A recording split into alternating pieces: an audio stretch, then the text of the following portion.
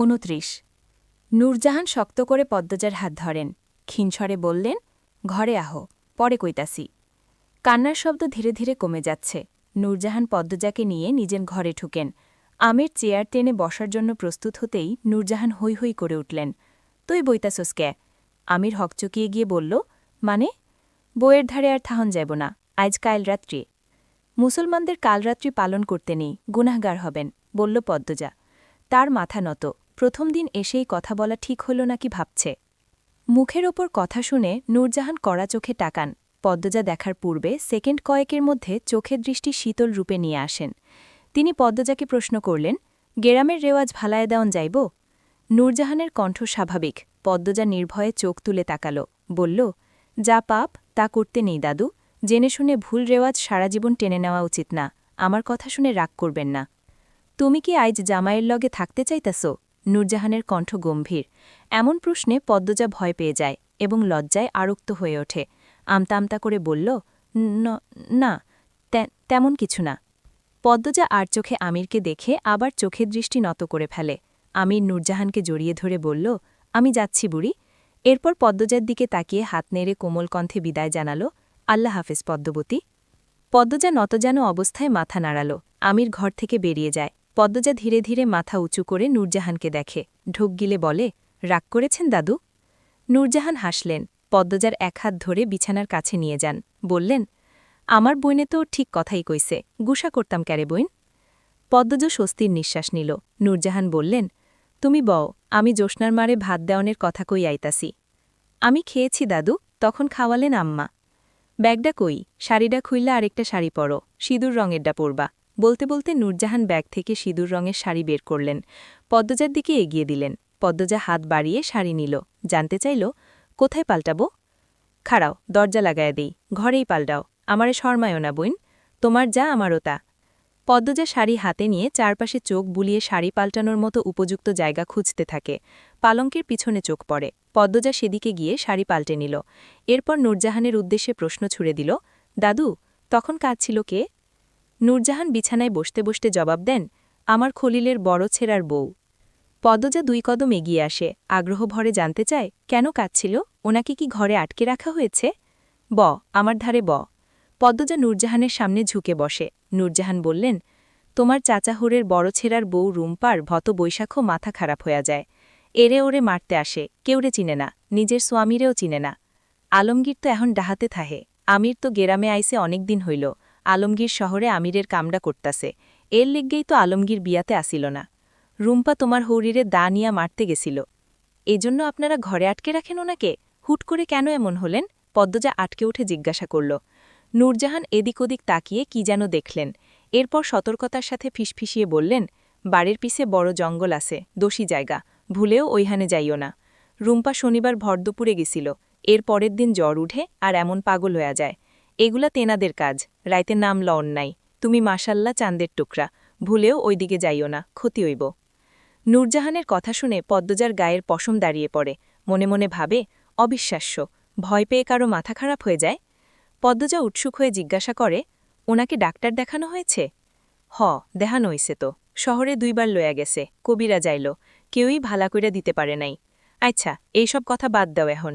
এই বাড়ির যখন বউ হইয়া আইসো সবই জানবা, খালি বাইলে কইও না এই খবর, গ্রামের কেউ জানে না, রাইত হইছে ঘুমাও। নূরজাহান শুতে শুতে বললেন, হুনো, জামাইয়ের কাছা কিলাম যাইবা না? না, যাব না। বুঝলা বইন, আমার দাদাহর বিয়ার পত্তম রাইতে লুকাইয়া আমারে তুইল্লা নিজের ঘরে লইয়া গেছিল, আদর সোহাগ কইরা ভোর রাইতে পাড়ায়া দিছিল। আমি ছুডো আসিলাম, তাই ডরে কইলজা শুকায়া গেছিল। বলতে বলতে নূরজাহান জোরে হেসে ওঠেন। পদ্মজা মৃদু করে হাসে। নূরজাহান ডানদিকে কাত হয়ে শুয়ে পড়েন। পদ্মজা ধীরে ধীরে এক কোণে কাচুমাচু হয়ে শুয়ে পড়ে। কি অদ্ভুত সব! সাধারণত বিয়ের রাতে নতুন বউরা ঘুমানোর সুযোগ পায় না, জামাইয়ের বাড়ির মানুষেরা সারাক্ষণ ভিড় করে ঘেঁষে থাকে। পদ্মজা দীর্ঘশ্বাস ছাড়ে। হারিকেনের আগুন নিভু নিভু করে জ্বলছে, নিভে যাবে যে কোনো মুহূর্তে। কেটে যায় অনেকক্ষণ। ঘুম আসছে না, দেহ অচেনা অনুভূতিতে ছেয়ে যাচ্ছে। আচমকা পদ্মজা ভ্রু কুচকে ফেলে, কান খাড়া করে ভালো করে শোনার চেষ্টা করে। আবার কাঁদছে, রুম্পা মিনমিনিয়ে কাঁদছে, পদ্মজা স্পষ্ট শুনতে পাচ্ছে। সে ধরপড়িয়ে উঠে বসে পড়ে। সাথে সাথে নূরজাহান পদ্মজার দিকে ফেরেন, জানতে চান, ডরাইতাসো? উনি আবার কাঁদছেন। সারাবেলায় কান্দে, এইসবে কান দিও না, ঘুমিয়া পড়ো। পদ্মজা উসখুস করতে করতে শুয়ে পড়ে, হারিকেন নিভে যায়। নূরজাহান ঘুমে তলিয়ে যান, নাক ডাকছেন তিনি। নাক ডাকার তীব্রতা অনেক, যা পদ্মজাকে বিরক্ত করে তোলে। পদ্মজা ঘুমানোর চেষ্টা করে, হাজার ভাবনার ভিড়ে একসময় ঘুমিয়ে পড়ে। শেষ রাতে ঘুমের ঘোরে অনুভব করে হাঁটুতে কারো হাতের ছোঁয়া। পদ্মজা চোখ খোলে, মুখের সামনে কেউ ঝুঁকে রয়েছে। পদ্মজা ধরপড়িয়ে উঠে চিৎকার করে উঠল, কে? সঙ্গে সঙ্গে পুরুষ অবয়বটি ছুটে বেরিয়ে যায়। পদ্মজা কাঁপতে থাকল, শরীর বেয়ে ঘাম ছুটছে, ভয়ে ঠোঁট শুকিয়ে কাঠ। সে নূরজাহানকে ভয়ার্ত স্বরে ডাকে, দাদু, দাদু। নূরজাহান একটু নড়ে আবার ঘুমিয়ে পড়লেন। পদ্মজা আর ডাকল না। সে ঘন ঘন নিঃশ্বাস নিয়ে নিজেকে সামাল দেওয়ার চেষ্টা করে। তার চোখের দৃষ্টি দরজার বাইরে। মস্তিষ্ক ভাবছে, দরজা তো লাগানো ছিল, বাইরে থেকে কেউ কিভাবে ঢুকল? নাকি এর মাঝে দাদু টয়লেটে গিয়েছিলেন? পদ্মজার বুক হাঁপড়ের মতো ওঠানামা করছে। সে জিহ্বা দিয়ে শুকনা ঠোঁট ভিজিয়ে নিল। একটু ভয় ভয় করছে। কে এসেছিল? এভাবে গায়ে হাত দিচ্ছিল কেন? পদ্মজা চোখ খিচে ছি বলে আগন্তুকের প্রতি ঘৃণা প্রকাশ করে।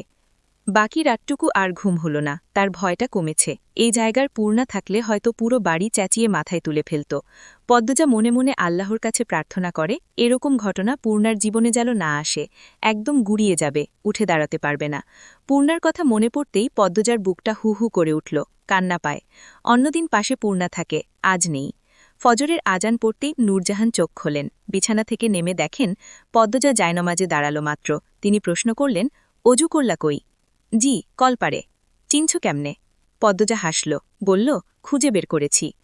নূরজাহান চোখমুখ শক্ত করে বলেন, নতুন বউ রাইতের বেলা একলা ঘুরাঘুরি কইরা কল খুঁজার কি দরকার আসিল? আমারে ডাকতে পারতা না? পদ্মজার মাথা নত করে অপরাধী স্বরে বলে, ক্ষমা করবেন দাদু। কি আইল কাল আইল। আচ্ছা, পড়ো এখন, নামাজ পড়ো। নূরজাহান অসন্তুষ্ট ভাব নিয়ে ঘর থেকে বেরিয়ে যান। পদ্মজার দুই চোখ ছলছল করে ওঠে। যখন টের পেল এখনই সে কেঁদে দিবে, দ্রুত ডান হাতের উল্টো পাশ দিয়ে চোখের জল মুছে এরপর নামাজে মন দিল। পদ্মজাকে কাতান শাড়ি পরানো হয়েছে, বৌবাতের অনুষ্ঠান চলছে। সে এক বিশাল আয়োজন। বিয়ের চেয়েও বড় করে বৌবাতের অনুষ্ঠান হচ্ছে। অলন্দপুরের বাইরে থেকেও মানুষ আসছে পদ্মজাকে দেখার জন্য। আটপাড়ার প্রতিটি ঘরের মানুষ তো আছেই। পদ্মজার চারপাশে মানুষের গিজগিজ, রাতে ঘুম হয়নি। পরনে ভারী শাড়ি, গহনা। এত মানুষ চারিদিকে, সব মিলিয়ে পদ্মজার নাজেহার অবস্থা। মাথা নত করে বসে আছে। আপা। পূর্ণার কণ্ঠ শুনে মুহূর্তে পদ্মজার ক্লান্তি উড়ে যায়। চক করে চোখ তুলে তাকায়। পূর্ণা, প্রেমা, প্রান্ত ঝাঁপিয়ে পড়ে পদ্মজার উপর। পূর্ণা আওয়াজ করে কেঁদে উঠে বলল, রাতে আমার ঘুম হয়নি আপা। পদ্মজার গলা জ্বলছে। প্রেমা, পূর্ণা, প্রান্তকে দুই হাতে জড়িয়ে ধরে চাপা কণ্ঠে বলে, আমারও ঘুম হয়নি বোন। আপা চল, বাড়ি চল। কাইল যাইব, আইজ না। এখন পদ্মজা আমরার বাড়ির ছেড়ে। লাবণ্য বলল, সে সবেমাত্রই এই ঘরে ঢুকল। পদ্মজার জন্য খাবার নিয়ে এসেছে। পূর্ণা রাগ নিয়ে বলে, আমার বোন আমি নিয়ে যাব। আমাদের আপা আমরা নিয়ে যেতে এসেছি, বলল প্রান্ত। রানী প্রান্তর কান টেনে ধরে বলল, পেকে গেছিস তাই না? ছাড়ো রানী আপা, ব্যথা পাচ্ছি। ওরে মা, তুই শুদ্ধ ভাষাও শিক্ষা লাইছিস? রানী অবাক হয়ে জানতে চাইল। প্রান্ত অভিজ্ঞদের মতো হেসে বলল, ইয়েস। যারা যারা প্রান্তকে চিনে সবার চোখ কোটর থেকে বেরিয়ে আসতে চাইল। প্রান্ত একটি ইংরেজি শব্দ বলেননি, যেন মাত্রই এখানে বজ্রপাত ঘটাল। রানী চোখমুখে বিস্ময় ভাব রেখে বলল, এটা মুন্না না অন্য কেউ? আমি মুন্না না, আমি প্রান্ত, প্রান্ত মরল। প্রান্তর বলার ভঙ্গি দেখে সবাই হেসে উঠল। পদ্মজা হাসতে হাসতে রানীকে বলল, প্রান্ত অনেকগুলো ইংরেজি শব্দ শিখেছে। বউ মানুষ কেমনে দাঁত বাইর কইরা হাসতাছে দেখছো, বেহায়া বউচেরা? কথাটি দরজার পাশ থেকে কেউ বলল। অন্য কেউ না শুনলেও পদ্মজা শুনতে পেল। সে সেদিকে তাকাল। অল্প বয়সী দুজন মহিলা এমনভাবে তাকিয়ে আছে যেন পদ্মজাকে চোখ দিয়ে গিলে খাবে। পদ্মজা তাদের উদ্দেশ্যে হাসে। পদ্মজার হাসি দেখে মহিলা দুজন থতমত খেয়ে গেল। দুজন চাওয়াচাওয়ি করে আবার পদ্মজার দিকে তাকাল। পদ্মজা ততক্ষণে চোখ সরিয়ে নিয়েছে। অতিথি আপ্যায়ন চলছে ধুমধামে। রমিজালি, কামরুল, রজব সবাই উপস্থিত রয়েছে। খাওয়া শেষে তারা আড্ডা শুরু করে। রমিজ বললেন, মঞ্জুর ছেড়া, জলিল, সঈদ এরা কি আইসে? কামরুল দাঁতের ফাঁক দিয়ে যত্ন করে গরু মাংস বের করেন। এরপর উত্তর দেন, না, আহে নাই। হেদিন সঈদের বাপে আমার কাছে গেছিল। ক্যারি গেছিল? সঈদরে যাতে মাতব্বরের হাত থেকে বাঁচায়া দেই। হেরারহন কোন হ্যাঁ আসে কোনহানে, কয়দিন পরপরই তো উধাও হইয়া যায়। এহনের ছেড়াদের দায় দায়িত্ব নাই বুঝলা। আমার যখন 10 বছর তখন খ্যাতে কাজ করতে যাইতাম। কামরুলের কথা উপেক্ষা করে রমিজ অন্য প্রসঙ্গ তুললেন। ক্ষমতা যার বেশি, হের সুখ বেশি।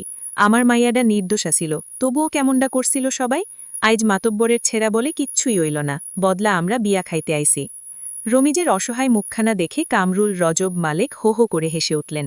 রমিজের দৃষ্টি অস্থির, পেট ভরে খাওয়ার লোভে এখানে এসেছেন তিনি, নয়তো এখানে আসার এক ফোঁটাও ইচ্ছা ছিল না।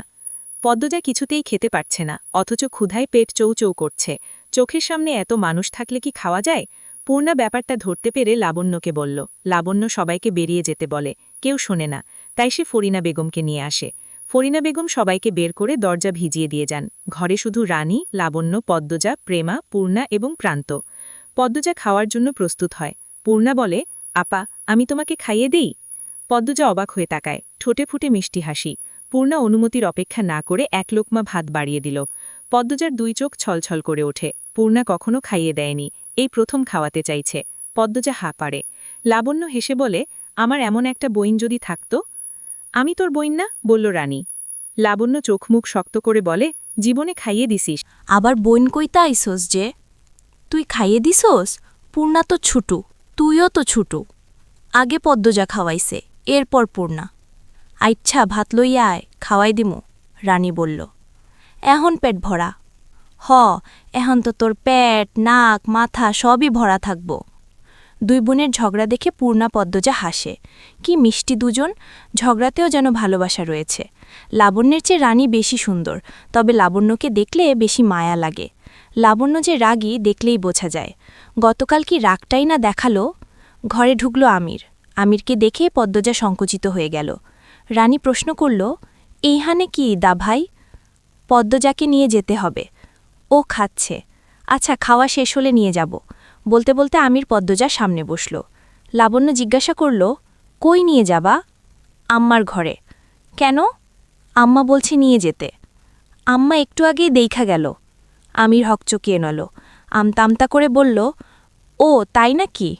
রানী তীক্ষ্ণ দৃষ্টিতে আমিরকে পরখ করে নিয়ে বলল, দা ভাই, মিথ্যে বলছো কেন? মিথ্যে আমি? অসম্ভব, আম্মা না, দাদু বলছে নিয়ে যেতে। এই তোরা যা তো, তোদের বান্ধবীরা আসছে, যা, হুদাই ঘ্যান ঘ্যান শুরু করেছিস। লাবণ্য কথা বাড়াতে চাচ্ছিল, রানী টেনে নিয়ে যায়। প্রেমাও বেরিয়ে যায়। তারা বাড়ি থেকে পরিকল্পনা করে এসেছে একসাথে পুরো হাওলাদার বাড়ি ঘুরে দেখবে। পূর্ণা খাইয়ে দেখছে।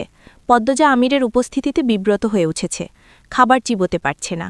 আমির পদ্মজাকে বলল, বড় ভাবি বলল রাতে নাকি ঘুমাওনি? না, হ্যাঁ, আসলে ঘুম আসেনি। ঘুমাবে এখন? না না, কি বলছেন, বাড়ি ভর্তি মানুষ। পদ্মজা দ্রুত বলল, আমিরের চোখের দিকে তাকিয়ে। কথা শেষ হতেই চোখ নামিয়ে নিল। আমির বলল, আচ্ছা খাও, আমি আসছি। আপনি কি রাতে দাদুর ঘরে এসেছিলেন? আমির চলে যাওয়ার জন্য দাঁড়িয়েছিল, এই কথা শুনে চমকে তাকালো। পদ্মজার দিকে ঝুঁকে জানতে চাইল, কেন, কেউ কি এসেছিল তোমার ঘরে? আমিরের এমন ছটফটানি দেখে পদ্মজা খুব অবাক হল। সে অবাক চোখে তাকিয়ে থেকে বলল, হ্যাঁ, এসেছিল, শেষ রাত্রিরে। আচ্ছা, বলেই হন্তদন্ত হয়ে বেরিয়ে গেল আমির। পদ্মজা পিছনে ডাকল, শুনল না আমির। হুট করে আমিরের পরিবর্তন পদ্মজাকে ভাবাতে লাগল।